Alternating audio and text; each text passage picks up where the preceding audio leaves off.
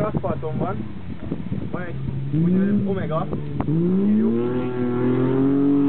Még mindig aszfalt, ott a belső éves sajnos áll egy, de nem vészes. Van egy dobbantó, de dobbantónál már szétesik el határozottan, ugyanis van egy visszafordító aszfaltos kanyar, de csisztós, és ott közel van az árok.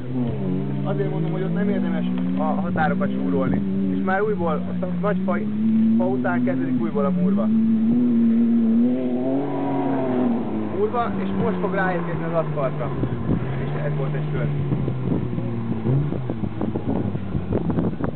Már elvégezetből meg mindenki.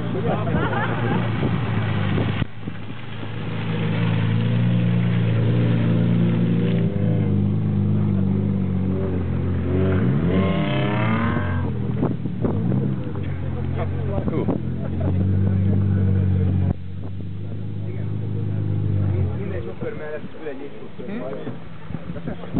Aki ott az oldalon sajnos pedál nincs. Kötélidegek. De ott leszünk és segítünk. Bármit mondunk, azt nyugodtan csinálhatjátok. Még a hülyeségnek is hangzik.